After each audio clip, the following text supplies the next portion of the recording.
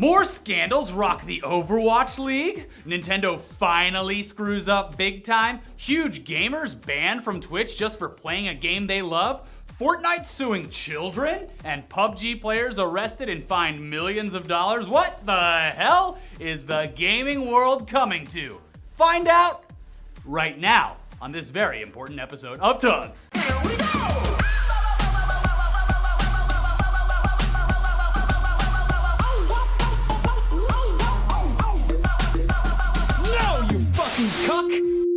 Peggy 18. We got a lot of ground to cover this week, so let's start out with the fun stuff. Because you know that as an outsider looking into the world of competitive esports, the only thing I truly enjoy is the seemingly non-stop drama unfolding both behind the scenes and in front of the camera. Nothing has been as wild of a ride as hearing about all the stupid shit happening on a near weekly basis over at the Overwatch League. To their credit, they had a few solid weeks off from their typical bullshit, but toxicity has reared its ugly head once again, and finally, something is here to dethrone Shouldergate as the most pointless outrage of the moment, and it's TBagpocalypse. Uh-oh. Now, as we all know, teabagging an opponent is basically the international pastime of competitive gaming. Dipping your certainly non-existent nuts or vagina onto an opposing player's corpse is a sign of dominance, and taking the time away from hunting other players to crouch down onto their lifeless body before it has time to respawn, it's a surefire way to show off just how exceptional your skills are. I'm gonna dip my balls in it. There you go. It's a reference that no one watching this show will get because Ask your dad. happened in the 90s. But would you believe that this time-honored tradition is actually offensive to some people, Elliot? No, I don't believe you. Well, certainly, we didn't think so, but once again, we were proven wrong by the pearl-clutching fans of Blizzard's Overwatch, who watch these games like a hawk, waiting eagerly for someone to screw up so they can write a dozen think pieces about what happened while repeatedly asking the question, are esports really ready for a mainstream audience? During a recent Stage 3 match between the Philadelphia Fusion and the Shanghai Dragons, a player named Carpe killed an opposing player named Ado. Or Ado. I don't know. They're not real names. Anyway, both of them were playing as Tracer, a female character, when Carpe added insult to injury by teabagging Aldo's body after he was taken down.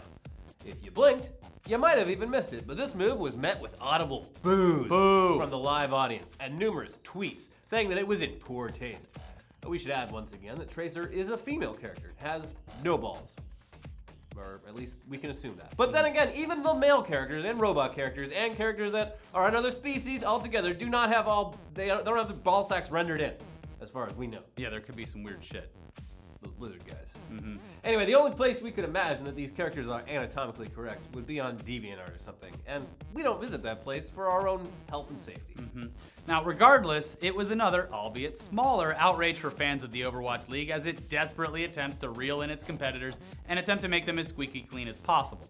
Luckily, most people understand that this was essentially nothing and have quickly written their defense and moved on, with one tweet from esports host and journalist Richard Lewis in particular saying, "It's also worth pointing out that by their own demented logic, teabagging can't be sexual assault as it is necrophilia.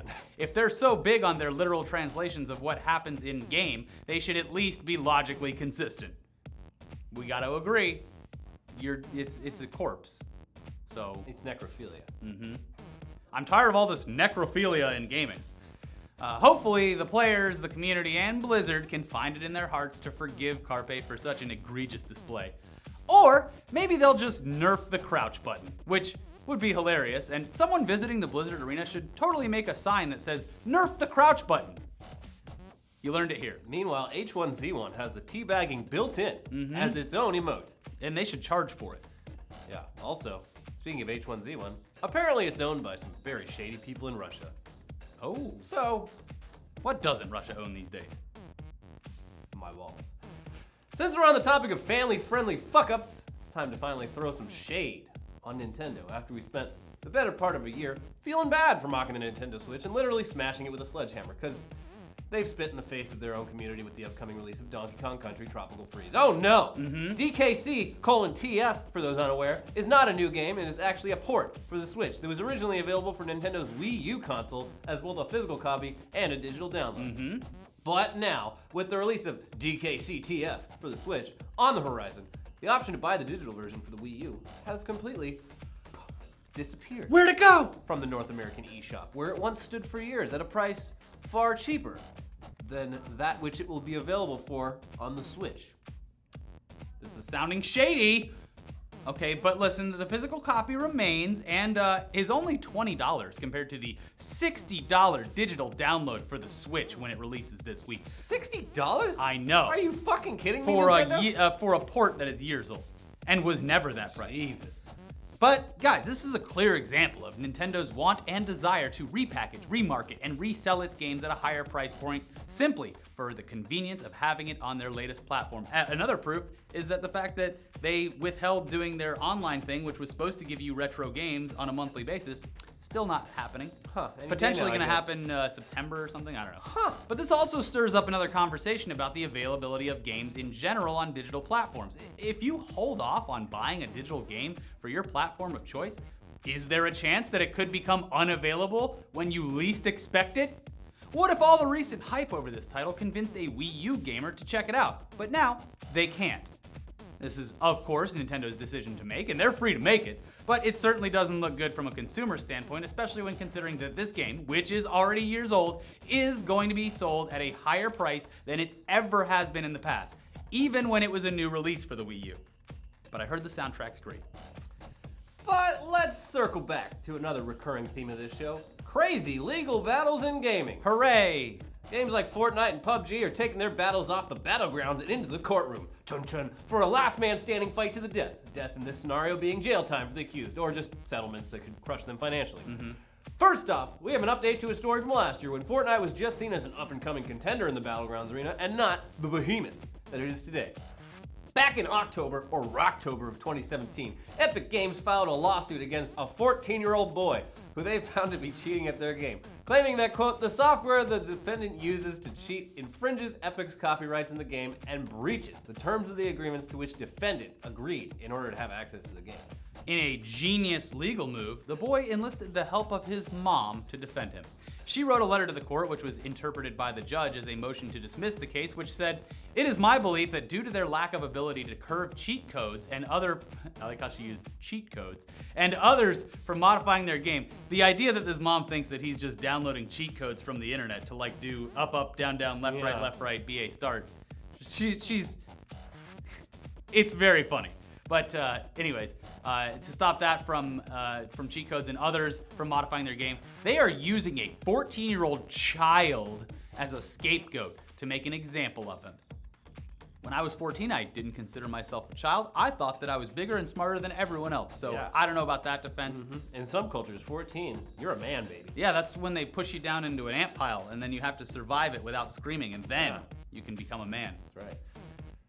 We thought this had all blown over and that maybe the age of the defendant would lead Epic Games to potentially stop the lawsuit and maybe just ban him, IP ban him so he can't do it from his home computer or anything. Some other slap on the wrist maybe, but nope.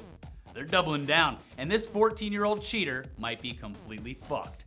Just last week, they filed new paperwork with the court, which, according to VG247, claimed that the points made by the mother were incorrect. Oh, you don't say? Therefore, it is asking her motion for dismissal to be denied, and is seeking a default judgment against the 14-year-old. If the old articles are still accurate, they're seeking damages of up to $150,000 from this kid, an amount that will take Epic Games a few seconds to earn on their own via in-game cosmetics. But seriously though, they'll probably win this case, and that kid is fucked.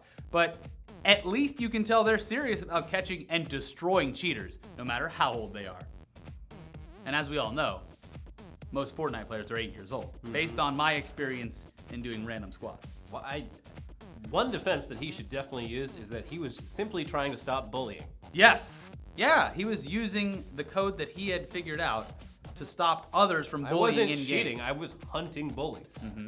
But anyway, at least he's not getting arrested like the suspects in PUBG's ongoing anti-cheating efforts, because just last week, 15 people were arrested for developing and selling hacking and cheating programs that affect PUBG. It was confirmed that malicious code, including Trojan horse software, was included in some of these programs and was used to steal user information. Who knew that these criminals would make a victim out of me? This is obviously a very good thing that they're going after these guys, because these actions were completely fucked up and not only would ruin the game, but it hurt the regular players as well. Yeah. In addition to the arrests, The suspects were fined what amounts to $5 million, and they say that more arrests might be on the way. So, what have we learned today, kids? Don't fucking cheat. Also, don't be a scumlord who tries to ruin people's lives in the process, because this is all getting a little too real. Yeah. Arrests over a video game. But hey, Ready Player One's coming true and all the worst. These are the real bully hunters. The game developers are the real bully hunters. Yeah. I mean, not really though. I mean, they're taking the people who are being dicks out of the game for cheating. I mean, they should, yeah. By imposing financial ruin and jail time. They should just shut down the China servers. But China number one. I don't know, it's a meme. I don't even know what it means. You don't know the meme? No, I heard someone say it in CSGO last night when I was playing. I don't remember what game it was. I think it might have been StarCraft. This is years ago. But it's just a clip of an online game between some Chinese players and some guy who may or may not even be Taiwanese, but that guy kept going like, Taiwan number one. And the Chinese players keep replying, no, China number one. Well, last night in my CSGO game, it was, again, someone that sounded 8 years old saying it. So I doubt that they also know the background of it. The people that say, do you know the way? Most of them not actually from Uganda. Oh! Jeez, I'm getting a bunch of truth bombs dropped on me today. Yeah. Anyways, let's walk further down the legal rabbit hole because Microsoft has finally had enough and is aggressively going after the modder responsible for bringing a multiplayer PC version of Halo to the masses, who goes by the moniker El Dorito. El Dorito. Yeah. This guy sounds like the ultimate gamer. Yeah. They issued a DMCA takedown of his project. Now, this process seems to be a bit more casual than the outright legal battles that we mentioned above, but they're taking a hard stance on further development and have even gone so far as to issue DMCA takedowns of any videos or streams that included gameplay. Friends of the show APL Fisher and Jericho are just some of the many streamers who received outright bans from Twitch for simply playing the game. Those bans, they only lasted 24 hours, but it certainly sent a clear message that they are not fucking around, and if you out there, if you're watching this, if you've played the game on Twitch or have uploaded videos of this game to your YouTube account, you should go ahead and take them down before you get banned or they strike your channel, because yeah, it's serious, but maybe Microsoft should just release this game for PC. I mean, it's years old. Obviously, there's a desire for it. Yeah. Also, isn't their whole game plan now that everything they're releasing as a console exclusive on the Xbox One is going to be on the PC? So maybe that's why they did it, Elliot, because E3's coming and they're going to announce Halo 3 for PC. That's actually probably true, now that I think about it. Well, anyway, now it's time to get someone in here who, as we've said before, would never cheat, but would also never teabag an opposing player or play a game he's not supposed to play, because he's ethical. Our squeaky clean game reviewer, Shane, is back to tell you all about the hottest game of the moment. Shane, get in here. Tugs boys and my future baby Tugs girl. This week, I cannot bring myself to play a plebeian console exclusive, no matter what Elliot or Ricky says. Let me remind you, Tugs boys, that soon-to-be married man, Ricky, no, not recently married Elliot, congratulations once again, but Ricky who sings the praises of his favorite console, the Switch, in his precious golf story. Clearly, he's getting paid by Nintendo under the table. I wish. Well, I guess over the table because of how much he flaunts his love for that goddamn handheld device. What are you gonna do? Street pass some people at Anime Expo? That weeb shit you guys trying to do? I don't know what Street Pass is. Yeah, Anyways, today I'm reviewing the biggest game in the world. A game in which clickbaits more children and young adults than any pornography website ever could. Yes, viewer, I'm talking about the biggest game on YouTube, Fortnite Season 4. A game so popular that even non-gamer fuckboys like Ricegum trick his viewers with fake pre-recorded gameplay with an actually somewhat skilled player using a gamer tag that resembles his own to fool his audience. Logan Paul, take notes, fam. According to 8 Thoughts, the cock of gold on YouTube, Trevor T. Martin is faking gameplay too. Sad. The opposite of fake news.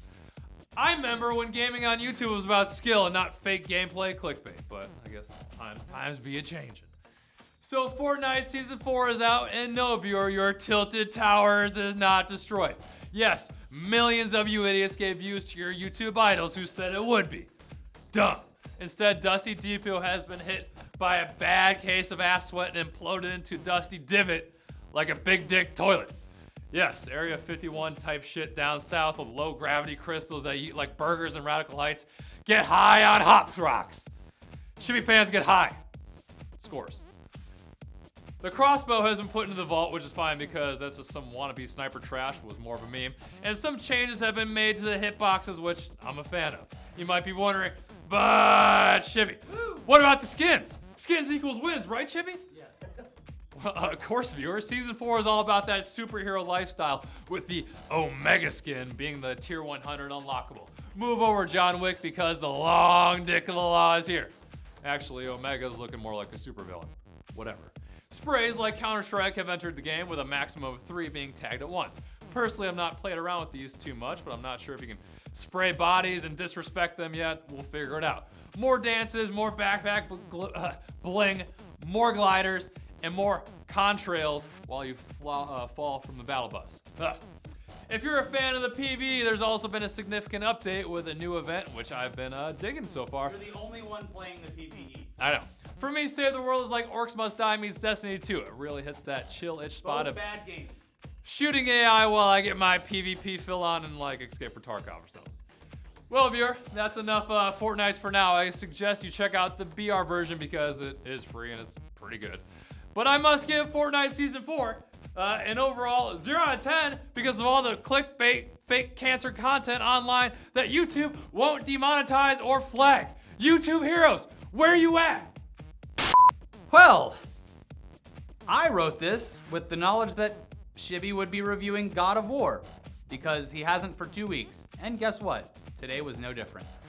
And since Shibby can't figure out what kind of game reviewer he wants to be, and has only turned into more of a pussy since finding out that he's going to be a father, we had to go back in time to find a review for a God of War title, not the new one, but the last God of War title on the most ethical review site, Amazon.